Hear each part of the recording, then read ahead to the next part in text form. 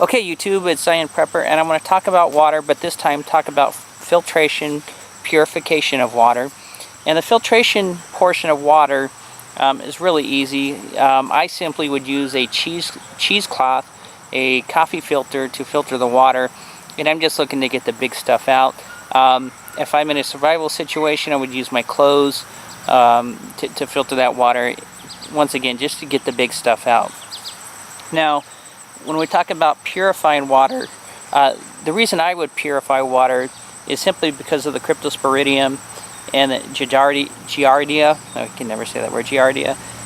Those are two of the big ones. Other reasons that I've seen in my life I've never experienced is dysentery.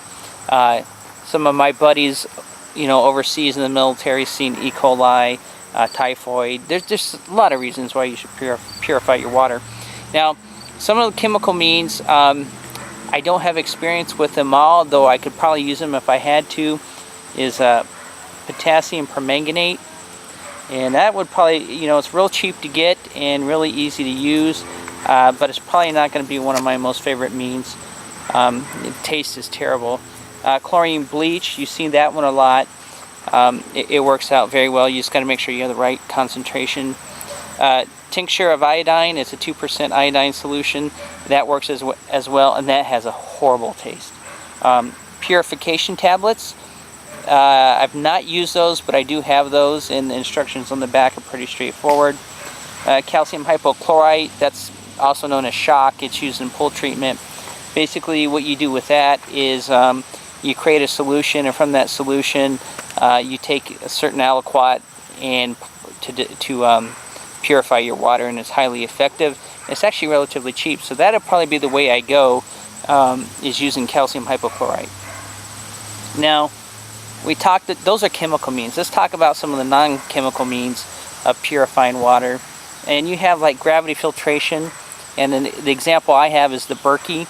I think I have the big Berkey, I can never remember. It's about 1.5 gallons, so it may not be that one, but it has great filters in it that filter the water. We've had the water tested prior to going into the Berkey and after going into the Berkey, and there is a difference. So that is very positive.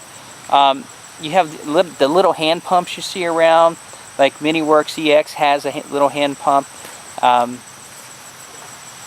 Catadine has the same thing, and these are just little pumps that you use to filter the water. Those last two are microfiltration units, not like the Berkey, but the result's the same. You have milled Banks bags, and they're good for a pre-filter. They work out well. They're relatively cheap. The survival straws, I've seen those. I've read the reviews on them. I'm not familiar with them, but it looks like they might do a good job. I think I'm going to stay away from them. And of course, the most effective means of purifying water is boiling. That's the number one way to boil water. It's been recommended by every organization, from the Centers for Disease Control all the way to the American Red Cross.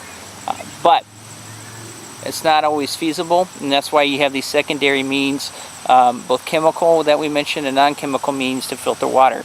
What I would do in my circumstance is I would use calcium hypochlorite or shock, and I have the Berkey, and I have backup filters for the Berkey, and I would boil water. So those are the three I would use: calcium hypochlorite, the Berkey, and boiling. Now my question to the community is, how would you purify your water? Or maybe how do you purify your water right now because you have to? I'm interested because I want to learn, I want to educate myself, and if there's some good ideas out there, I want to implement them for my family. So, Zion Prepper saying, send me your comments, and as always, I thank you very much.